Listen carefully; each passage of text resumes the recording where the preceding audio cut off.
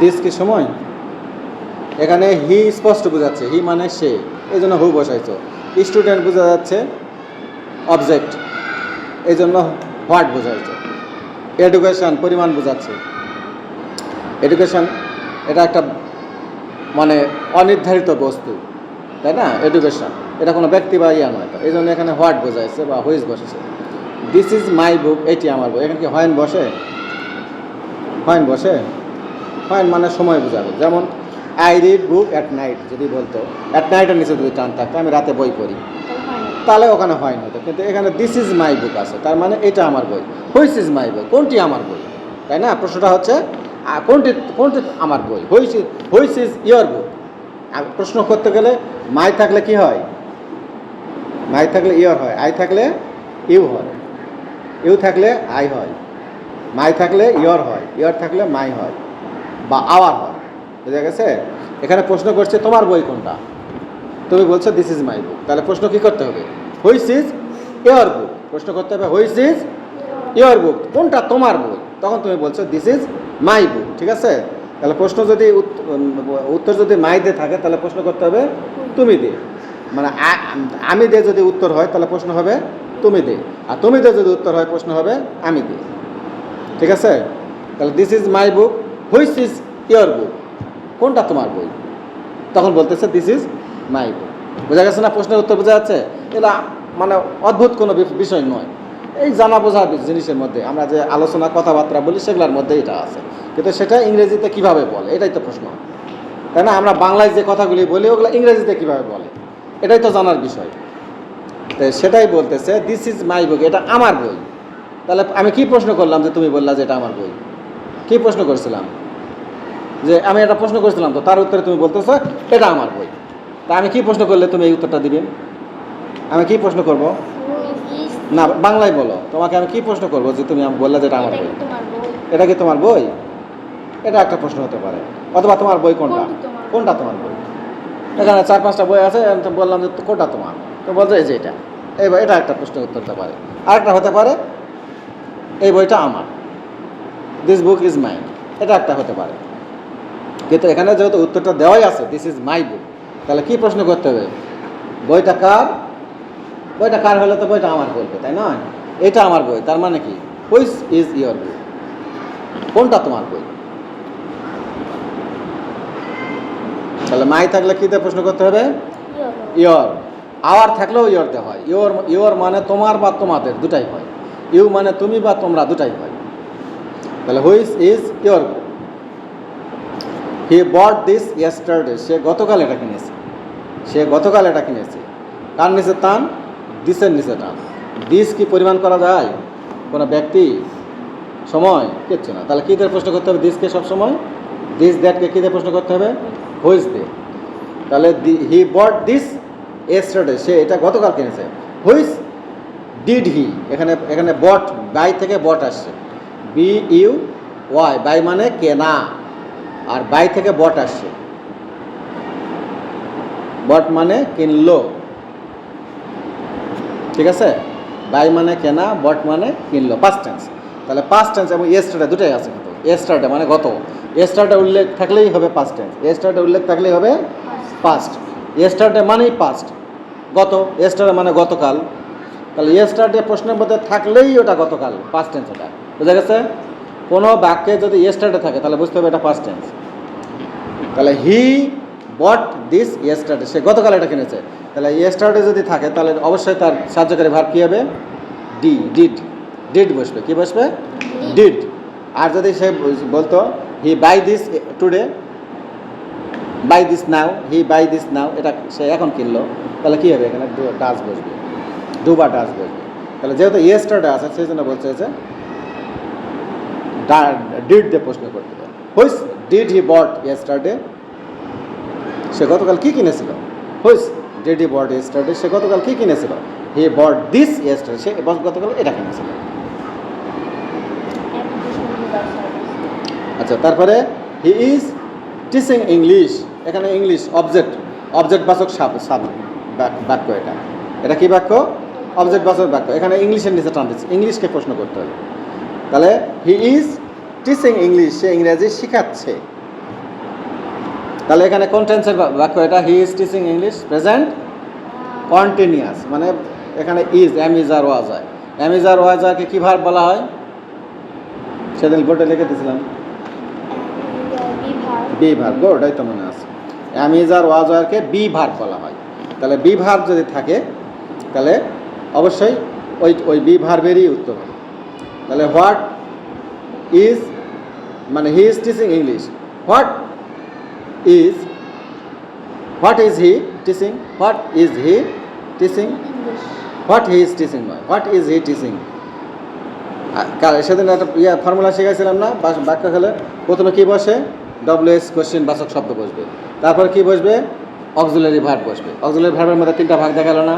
একটা হলো be verb, আর একটা হলো হ্যাভ ভার্ব, আর একটা হলো ওই রিয়াল ভার্ব। রিয়াল ভার্বের মধ্যে ছিল ক্যান, কুড, মে, মাইট, এগুলা।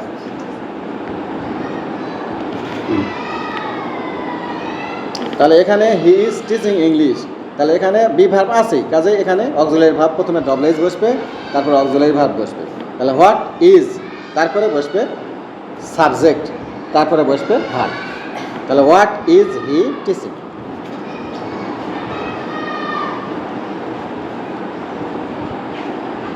বা which subject is he teaching, which subject is he teaching, সে কোন বিষয় শেখাচ্ছে এটাও প্রশ্ন হতে পারে, বা সে কী শেখাচ্ছে এটাও হতে পারে, তাই না? হোয়াট ইজ হি টিচিং, সে কী শেখাচ্ছে, সে কী পড়াচ্ছে বলতে পারে না? যেমন খাদিজার আব্বা স্কুলে আসছে, ওটা খাদিজার ডাক দিয়ে বললো আমি চলে যাচ্ছি, তোমার টিফিনের টাকা নেবেন নাকি মা? দেন 5 টাকা। কী পড়াচ্ছে এখন তোমার স্যার? বলছে ইংরেজি। বলতে পারে না এরকম? তোমার স্যার কী পড়াচ্ছে? ইংরেজি। এই বা তোমার what which subject is it is, উনি কোন বিষয় পড়াচ্ছেন এটাও বলতে পারে, তাই না? উনি কোন বিষয় পড়াচ্ছেন এটাও প্রশ্ন হতে পারে। প্রশ্ন দুই রকম হতে পারে, স্যার যে ক্লাসে গেল কোন বিষয় পড়াচ্ছে, বা স্যার কী পড়াচ্ছে এটাও হতে পারে, তাই না? দুই রকম প্রশ্ন কথা। Which subject is he teaching, উনি কী পড়াচ্ছেন। Which subject is he teaching, বা হোয়াট ইজ হি টিচিং, সে কী শেখাচ্ছে, কী পড়াচ্ছেন। বা হুইচ ইজ হি টিচিং, তিনি কী পড়াচ্ছেন, দুটাই হতে পারে। হোয়াট ইজ হি টিচিং, এটা সহজ, জটিলের দিকে না যাই। বোঝা গেছে? তাহলে এখন এখান থেকে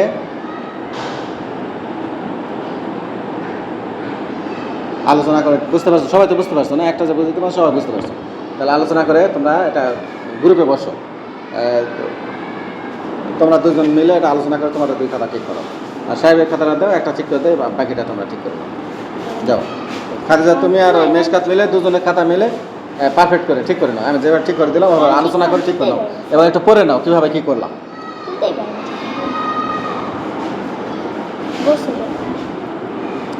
খুব বস্তু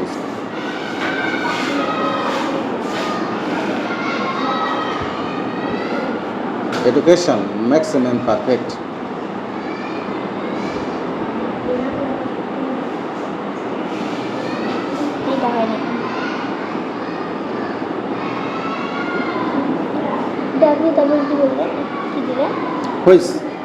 Which does make a man perfect?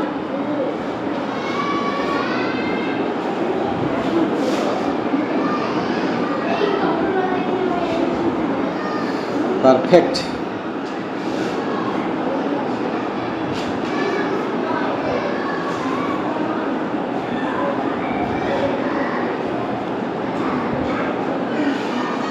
Which is your book?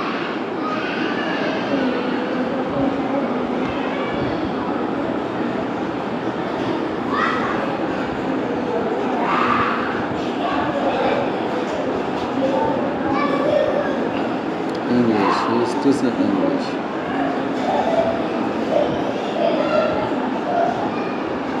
He is teaching English. What is he teaching? He got his yesterday. What did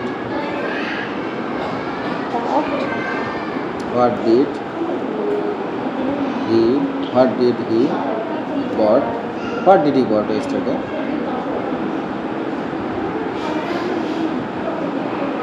What did he got yesterday?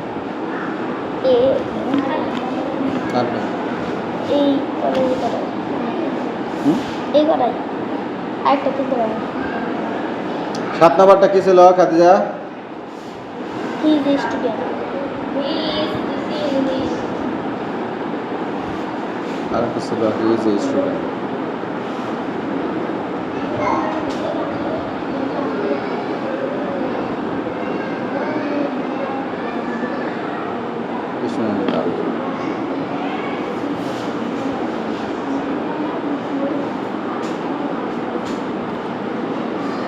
কি তো বললাম ওটাতে? ওটাতে কি লিখছিলাম? হি ইজ এ স্টুডেন্ট, কি উত্তর? কি উত্তর লিখছিলাম? হি ইজ এ স্টুডেন্ট, ওখানে স্টুডেন্ট নিচে টান। হোয়াট ইজ হি না,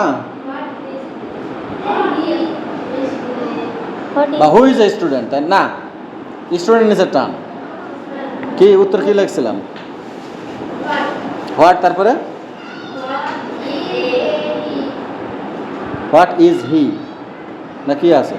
হোয়াট ইজ হি না, হোয়াট ইজ হি, হ্যাঁ তিনি কে? He is a student.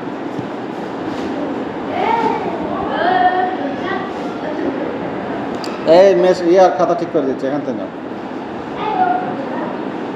Sir সর্বশেষটা ওকে, এটা একই, এটা এটা এটা একই। এই বার্ড দিস স্টার্ট, এটাও বার্ড দিস স্টার্ট।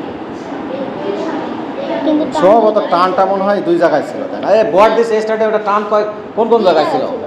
এটা হলো হি বার্ড দিস স্টার্টে, স্টার্টের নিচে একটা টান। আর এখানে বট এদের হ্যাঁ, দিসের নিচে একটা টান, সেই তো বলছি।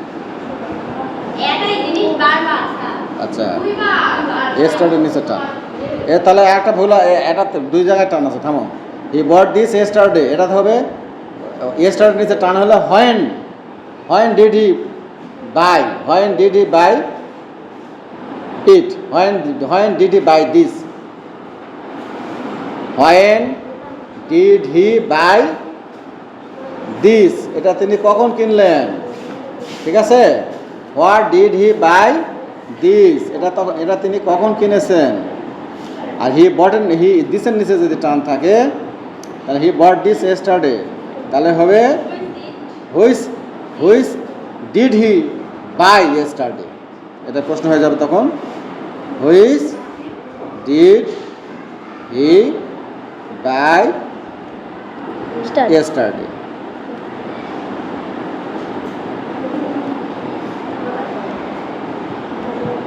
Which did he buy yesterday, তিনি এটা গতকাল কি কিনেছেন, এটার প্রশ্নের উত্তর এটা। আর যদি দিসের নিচে টান থাকে, ইয়েস্টারডের নিচে টান থাকে, তাহলে when did he buy it buy this, তিনি কখন এটা কিনেছিলেন। যাও, হ্যাঁ আব্দুল্লাহ এখানে যাও, 4 জন মিলে বসো। তুমি একটু ফ্রেশ করে আলাদা জায়গায় লেখো সাহেব। ওই আরেকটা বটের নিচে টান আছে, ওটা দেখি। ওই হি বট দিস এস্টারডে, এটা নিচে দুই জায়গায় টান আছে, দেখো, একবার দিসের নিচে টান আছে, একবার এস্টারডের নিচে টান আছে। এই যে এটা যদি দিসের নিচে টান যেটা, সেটা হচ্ছে যে হুইচ ডিড হি, বটার হবে না, buy, BUY, buy, present tense হয়ে যায়, ডিডের পরে প্রেজেন্ট টেন্স হয়। Which did he buy yesterday, এটা প্রশ্ন। আর যদি এস্টারডের নিচে টান থাকে তাহলে এখানে হোয়েন হবে, ঠিক আছে? ওই হোয়েন দিয়ে প্রশ্ন হবে, when did he this, when did he buy this, when did he buy this, তিনি কখন এটা কিনেছেন। When did he buy this, তিনি এটা কখন কিনলেন। He bought it yesterday. When did it buy this, buy, এখানে বটটা বাই হয়ে যাবে, কিন্তু প্রেজেন্ট টেন্স হবে, বুঝছো? ডিডের পরে প্রেজেন্ট টেন্স হয়ে যাবে। When did he buy this, তিনি এটা কখন কিনেছেন। তার উত্তর হচ্ছে হি বট দিস ইয়েস্টারডে, তিনি গতকাল এটা কিনেছেন। আর যখন দিসের নিচে স্থান হবে তখন প্রশ্ন হবে which did he buy the yesterday, তিনি গতকাল কি কিনেছেন, তিনি গতকাল এইটা কিনেছেন। এই এটা একটু কাটাকাটি হয়েছে, আবার নতুন ফ্রেশ করে তোলো। হ্যাঁ, তোমার এটা কাটাকাটি হয়েছে তো, ফ্রেশ করে আরেক যায় তোলো, ওটার মতো করে আরও কিছু উত্তর প্রশ্ন করতে দেবো।